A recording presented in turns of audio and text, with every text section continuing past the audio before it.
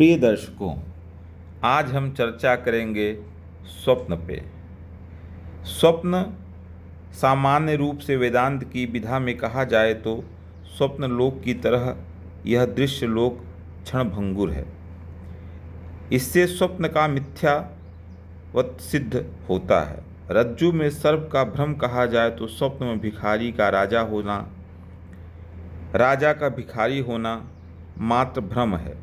परंतु स्वप्न को आदेश मानकर अगर देखा जाए तो राजा हरिश्चंद्र द्वारा अपने राज्य का दान, स्वप्न में अर्जुन द्वारा पाशुपतास्त्र की दीक्षा प्राप्ति आदि उदाहरण भी भारतीय संस्कृति में देखने को मिलते हैं। त्रिजटा ने जो स्वप्न देखा था कि त्रिजटा नाम राक्षसी एका रामचरण रति रिपुन विवेका, सबन्नो बोली सुनाई सी अप सपना, सीत ही से करहु हित अपना, सपने बानर लंका जारी, जातु धान सेना सब मारी, खर आरूढ़ नगंध शीशा, मुंडित सिर खंडित भुजभीषा, यही सो दक्षिण दिश जाई, लंका मनो विभीषण पाई, नगर फिरी रघुवीर दोहाई, तब प्रभु सीता बोली पठाई, यह सपना मैं कहूँ पुकारी, हो ही सत्य गए दिनचारी। जैसा कि रामचरितमानस में तुलसीदास जी ने वर्णन किया है। और 4 दिन बाद यह सपना त्रिजटा का सत्य हो गया। तो इसको आप क्या मानेंगे? जिस प्रकार त्रिजटा का स्वप्न सही हुआ, सत्य हुआ, वैसे हमारे और आपके जीवन में भी कई स्वप्न सत्य और सिद्ध देखने को प्रत्यक्ष रूप से मिलता है। जो स्वप्न में विद्या को दैविक आदेश या परा अनुसंधान से जोड़ते हैं। स्वप्न चिंतन जब शास्त्र का रूप ग्रहण करता है तो निश्चित ही उसकी चिंतना पद्धति मूर्त से अमूर्त काल में प्रवेश कर जाती है। स्वप्न कमलाकर ग्रंथ में स्वप्न को 4 प्रकार का माना गया है। पहला दैविक स्वप्न, दूसरा शुभ स्वप्न, तीसरा अशुभ स्वप्न, चौथा मिश्रित स्वप्न। दैविक स्वप्न को उच्च कोटि का साध्य मानकर इसकी सिद्धि के लिए अनेक मंत्र और विधान भी दिए गए हैं। स्वप्न उत्पत्ति के कारणों पर विचार करते हुए आचार्यों ने स्वप्न के 9 कारण भी दिए हैं। पहला श्रुत, दूसरा अनुभूत, तीसरा दिष्ट, चौथा चिंता, पांचवा प्रकृति या स्वभाव, छठवां विकृति बीमारी आदि से उत्पन्न होने वाले स्वप्न, सातवां देव, आठवां पुण्य और 9वां पाप से उत्पन्न होने वाले स्वप्न। आचार्य बृहस्पति के मतानुसार 10 इंद्रियां और मन जब निश्चेष्ट होकर सांसारिक चेष्टा से गतिविधियों से पृथक होते हैं तो स्वप्न उत्पन्न होते हैं। इस परिभाषा के अनुसार विदेशी विचारकों के इस कथन को बल मिलता है जिसमें वे स्वप्न का मुख्य कारण जागृत अवस्था के दृश्यों को भी मानते हैं। आचार्य बृहस्पति द्वारा प्रदत्त स्वप्न की यह अवस्था सूचित करती है कि प्रत्यक्ष रूप से शरीर का कोई भी भाग जब तक काम करता रहेगा स्वप्न नहीं आएगा। यहाँ तक कि मन को भी शिथिल होकर निद्रित होना आवश्यक है। बच्चे जब स्वप्न को देखकर हंसते या रोते हैं तब धीरे से उनके शरीर को छूने मात्र से स्वप्न भंग हो जाता है। कुछ लोगों का मानना है कि प्रगाढ़ निद्रा की अवस्था में स्वप्न नहीं आते। यह सिद्धांत वाक्य नहीं है। निद्रा की प्रगाढ़ता में भी स्वप्न की तरंगें उठती रहती हैं। स्वप्न देखने के लिए चाक्षुष प्रत्यक्ष कारणों का होना आवश्यक नहीं है। यह सत्य है कि स्वप्न में उन्हीं वस्तुओं का दर्शन होता है जिन्हें हम जागृत अवस्था में कभी न कभी देखे हुए होते हैं। परंतु दुर्लभ ही सही पर वैसे भी स्वप्न आते हैं जिन्हें हम कभी पूर्व प्रत्यक्ष नहीं मान सकते। उदाहरण के तौर पर अदृश्य पूर्व भूमि, दूसरे लोक के दृश्य, आकाश गंगा आदि स्वप्नों में आना। स्वप्न का अवतरण मानस लोक से ही होता है, पर दैविक स्वप्न में मन उपकरण बनता है। अतः स्वप्न को मानस से अतिरिक्त व्यापार या मानस का व्यापार दोनों ही नहीं कह सकते। ऋषियों ने स्वप्न को उतना ही सहज माना है जितना प्राकृतिक घटनाओं को, जैसे सूर्योदय, सूर्यास्त, पाप, पुण्य से उत्पन्न स्वप्न अपूर्व घटना की कोटि में आते स्वप्न। घंटे, प्रहर, संधि काल, भविष्यत अनुमान या कथन के लिए महत्वपूर्ण नियामक बनते हैं। एक रात को 4 खंड में बांटकर स्थूलतः 3-3 घंटे का एक याम या खंड मान सकते हैं। रात्रि का प्रविभाग निम्नलिखित प्रकार से कर सकते हैं। पहला, प्रदोष काल में देखा हुआ स्वप्न, जैसे प्रथम प्रहर से 3 घंटे तक, अर्धरात्रि से पूर्व द्वितीय प्रहर 3 घंटे तक, अर्धरात्रि के बाद तृतीय प्रहर के 3 घंटे और सूर्योदय के पूर्व चतुर्थ प्रहर 3 घंटे तक।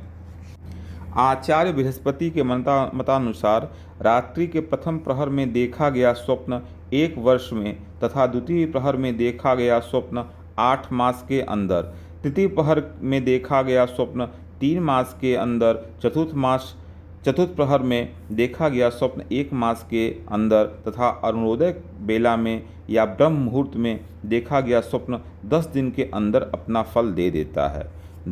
प्रिय दर्शकों, सूर्योदय काल में स्वप्न देखकर जाग जाने के बाद वह स्वप्न अपना तत्काल फल देता है। दिन में मन में सोचकर सोने के बाद यदि उसी का स्वप्न निर्देशात्मक आया तो समझे यह स्वप्न शीघ्र ही अपना फल देगा। कफ प्रधान प्रकृति वाला व्यक्ति जल तथा जलीय पदार्थों का सर्वाधिक स्वप्न देखता है। वात प्रधान प्रकृति वाला व्यक्ति हवा में उड़ता है और ऊंचाई पर चढ़ता है तथा ऊंचाई से कूदता है। पित्त प्रकृति वाला व्यक्ति अग्नि की लपटों, स्वर्ण तथा ज्वलित चीज़ों को भी देखता है। भारतीय स्वप्न विद्या में की विशेषता यह है कि वह शुभ स्वप्न और अशुभ स्वप्न दोनों पे विचार करता है। तो आइए अब हम शुभ स्वप्न और अशुभ स्वप्न के फल के बारे में विचार करते हैं। सर्वप्रथम हम लोग सिद्धिदायक स्वप्न और सिद्धिनाशक स्वप्न के विषय में विचार करते हैं। जैसे कि आप कोई विशेष तंत्र मंत्र यंत्र का अनुष्ठान कर रहे हों तो उसके बीच में कुछ ऐसे स्वप्न आते हैं जो बताते हैं कि यह सिद्धि देने वाले होंगे या सिद्धि का नाश करने वाले होंगे। तो आइए प्रथम सिद्धिदायक स्वप्न के विषय में चर्चा करें। सिद्धि से पूर्व सिद्धि सूचक अनुकूल चिन्ह के रूप में जिन स्वप्नों का दिखलाई देना शुभ कहा गया है वह निम्नलिखित हैं। रात में जहाज में औरतों के समूह से भेंट होना, हाथी विहार, राजमहल विहार, पर्वत शिखर पर भ्रमण, राजा का दर्शन, हाथियों एवं महिलाओं का दर्शन, नृत्य गीत उत्सव आदि का दर्शन, मदिरा एवं मांस का दर्शन तथा स्पर्शन अत्यंत शुभ होता है। इन स्वप्नों को देखने के पश्चात साधक को समझ लेना चाहिए कि सिद्धि उससे बहुत करीब है, दूर नहीं है। इसलिए अपने साधना में और ज़्यादा सचेत होकर साधना करना चाहिए और परम पवित्र स्थिति परिस्थिति में साधना में उन्मुख रहना चाहिए। सिद्धिनाशक स्वप्न होता है जो उसके विषय में चर्चा करते हैं। आराधना एवं साधना सिद्धि के काल में पूर्व जन्म एवं वर्तमान के कुसंस्कार के कारण कुछ ऐसे स्वप्न दिखलाई पड़ते हैं जो बतलाते हैं कि की जा रही तंत्र मंत्र यंत्र संबंधित जो भी साधना आप कर रहे हैं वह सिद्ध नहीं होगी। जैसे स्वप्न इस तरह के आएंगे: काले रंग के लोगों से भेंट होना, उनका प्रहार करना या किसी का अपने ऊपर में प्रहार होते देखना, तेल लगाना, मैथुन करना, दूसरों की स्त्रियों से संबंध बनाना, इंद्रिय विशेष का नष्ट होना, राष्ट्र क्षोभ को देखना, आग हवा एवं जल के द्वारा तबाही देखना, बंधुओं का नाश देखना, गुरु की उपेक्षा करना, स्वयं को रोगग्रस्त देखना, संपत्ति एवं धन का नाश देखना, अपने इष्ट देवता से अतिरिक्त दूसरे देवता आदि का कुपित या दूसरे देवता में श्रद्धा आदि करना, यह सब सिद्धिनाशक स्वप्न संकेत करते हैं। इसलिए बहुत ही सावधानी बरतनी चाहिए। अब आइए शुभ स्वप्न फल के बारे में विचार करें। जो व्यक्ति अपने को स्वप्न में सिंह, घोड़ा, हाथी, बैल से युक्त रथ पर चढ़ा हुआ देखता है वह राजपद या राजत्व को प्राप्त करता है। जिस व्यक्ति को स्वप्न में दक्षिण हाथ में सर्प काटता है वह 5 रात के अंदर बड़े धन की प्राप्ति करता है या 10,000 तक धन प्राप्त करता है। जो मनुष्य स्वप्न में मस्तक काटे या जिसका मस्तक काटा जाए वे दोनों ही राज्य प्राप्त करते हैं। स्वप्न में यदि पुरुष लिंग को कटता देखे तो वह स्त्री धन प्राप्त करता है। यदि स्त्री की योनि भंग देखे तो पुरुष धन या पुरुष से धन प्राप्त करती है। जिस व्यक्ति की स्वप्न में जिह्वा कट जाए वह पुरुष यदि क्षत्रिय है शीघ्र ही सार्वभौम राज्य को प्राप्त करता है। क्षत्रिय से इतर वर्ण का व्यक्ति मंडलेश बनता है। छिन्न जिह्वा के दर्शन से उजले हथेली पर चढ़कर जो व्यक्ति नदी तट पर दूध भात खाता है वह समग्र पृथ्वी का भोग करता है अथवा राजत्व को प्राप्त करता है। जो व्यक्ति स्वप्न में सूर्य और चंद्रमा का संपूर्ण बिंब ग्रास कर लेता है वह बलपूर्वक समुद्र सहित समग्र पृथ्वी का भोग करता है। जो व्यक्ति स्वप्न में अपने शरीर का मांस अथवा दूसरे के शरीर का मांस भक्षण करता है वह साम्राज्य को संप्राप्त करता है।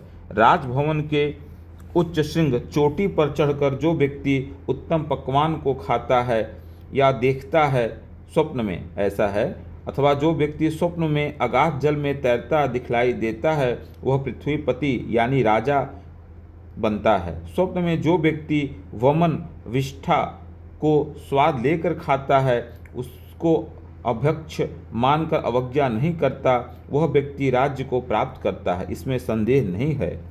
जो व्यक्ति स्वप्न में मूत्र रेत एवं रक्त को खाता है तथा शरीर के अंगों में उपटन या तेल लगाता है वह धनवान होता है।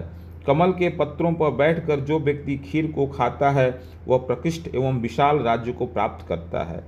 स्वप्न में जो व्यक्ति फलों और फूलों को खाता है या देखता है उसके आंगन में लक्ष्मी लौटती हैं, इसमें संदेह नहीं करना चाहिए। ऐसा विशेष रूप से व्यापारियों को स्वप्न में होता है।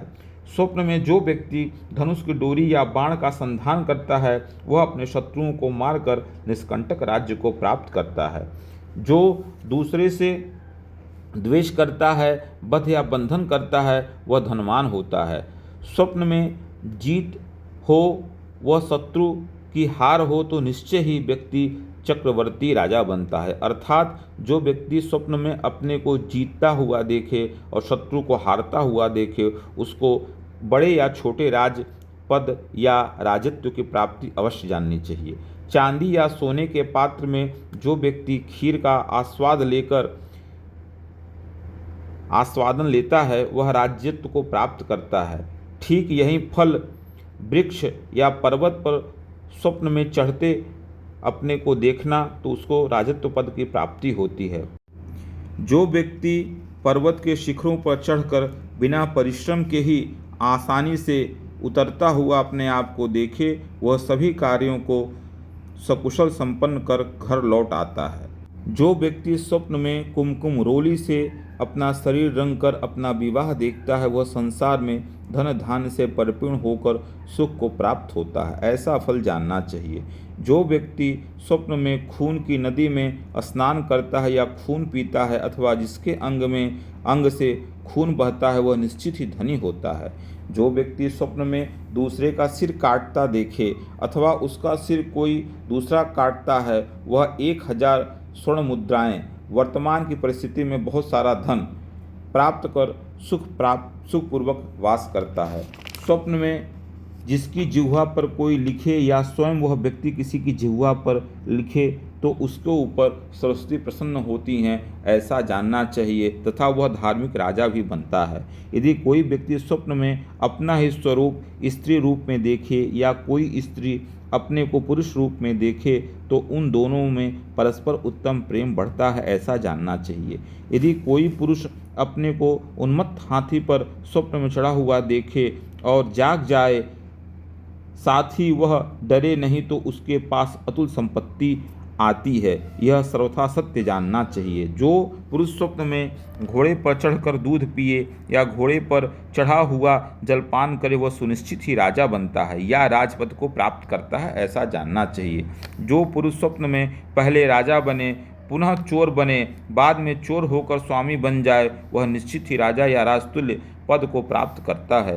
जो पुरुष स्वप्न में अपने अंगों में मूत्र या विष्ठा लिपटा हुआ देखता है अथवा श्मशान में अपना घर देखता है या मूत्र और विष्ठा को पीता खाता देखे वह राजा होता है। सफ़ेद बैल से जुते हुए यान गाड़ी पर चढ़ के जो पुरुष उत्तर दिशा या पूर्व दिशा की ओर जाता है स्वप्न में ऐसा देखे तो वह राजा बनता है। या किसी ग्राम का राजा अथवा किसी राज्य में राजपद प्राप्त करता है। जो पुरुष स्वप्न के बीच में अपने शरीर को बाल रहित देखता है, जिसमें मतलब केश न हो, ऐसा उस पुरुष व्याघ्र को निश्चित ही दासी की तरह लक्ष्मी घर में आती है, अर्थात उसके घर में लक्ष्मी अटूट रूप से निवास करती हैं।